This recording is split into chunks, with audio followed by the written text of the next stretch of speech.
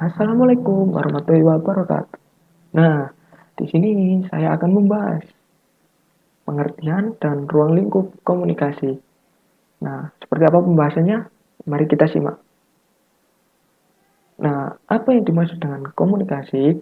Secara umum, komunikasi merupakan kegiatan manusia untuk saling memahami atau mengerti sesuatu pesan yang disampaikan seseorang atau yang bisa kita sebut dengan komunikator kepada lawan bicaranya, yaitu komunikan.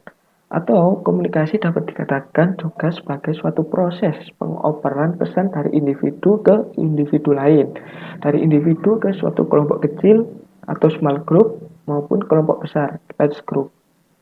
Nah, praktik komunikasi sudah dilakukan manusia sejak pertama kali dilahirkan di dunia melalui gerak tubuh dan tangisan.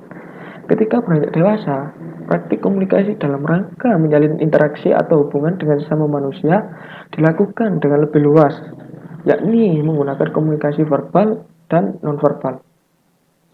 Next. Nah, pembahasan selanjutnya yaitu ruang lingkup komunikasi. Nah, menurut DeVito, ruang lingkup komunikasi dibagi menjadi 3, yakni yang pertama dimensi fisik, yang kedua dimensi sosial psikologis, dan yang ketiga dimensi temporal dan waktu. Next. Nah, yang pertama dimensi fisik. Menurut DeVito, ruang di mana komunikasi itu berlangsung disebut konteks atau lingkungan fisik. Nah, yang dimaksud dengan konteks atau lingkungan fisik dalam hal ini adalah lingkungan nyata atau berwujud.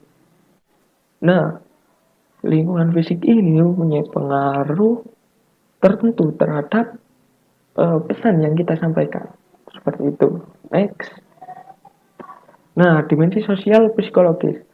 Dimensi sosial psikologis ini meliputi tata hubungan status di antara mereka yang terlibat, peran dan permainan yang dijalankan orang, serta aturan budaya masyarakat di mana mereka berkomunikasi.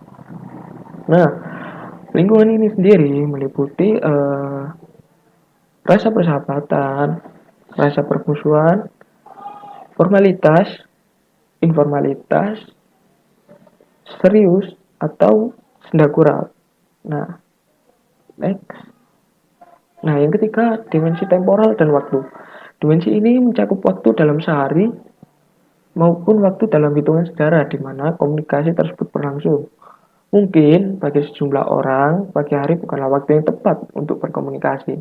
Sementara bagi orang lain, pagi hari justru merupakan waktu yang ideal untuk berkomunikasi.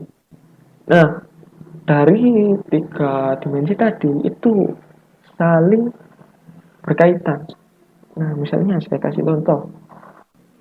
Ketika saya diajak oleh teman saya nongkrong, misalnya gini, saya ditelepon, bro, ayo kita ke rumahku, kamu ke rumahku, eh, jam 8 misalnya, jam 7 misalnya, jam 7 malam misalnya, kamu datang ke rumahku ya nanti jam 7 malam misalnya. Nah, di situ saya datangnya terlambat jam 8. Nah, itu merupakan dimensi temporal dan waktu yang mengakibatkan di mana terjadi ketika saya datang terlambat ke rumahnya, terjadi mungkin ada rasa permusuhan sedikit seperti itu. Nah, dan yang itu dapat menyebabkan perubahan kedekatan fisik dan pemilihan tempat nongkrong. Misalnya kita nongkrong di tempat A. Nah, tempat A ini eh, jauh lokasinya. Nah, kita yang pilih tempat B aja deh, dekat lokasinya. Nanti kalau pulang supaya tidak kemalaman. Nah, seperti itu. Nah, perubahan-perubahan ini dapat menimbulkan banyak perubahan lain. Emang proses komunikasi itu tidak pernah statis. Itu menurut Devito. Nah, itu saja pembahasan yang dapat saya sampaikan. Semoga bermanfaat bagi teman-teman semua. Kurang lebihnya saya mohon maaf. Saya Fadil Firdaus Iwanuddin, pamit undur diri dan wassalamualaikum warahmatullahi wabarakatuh.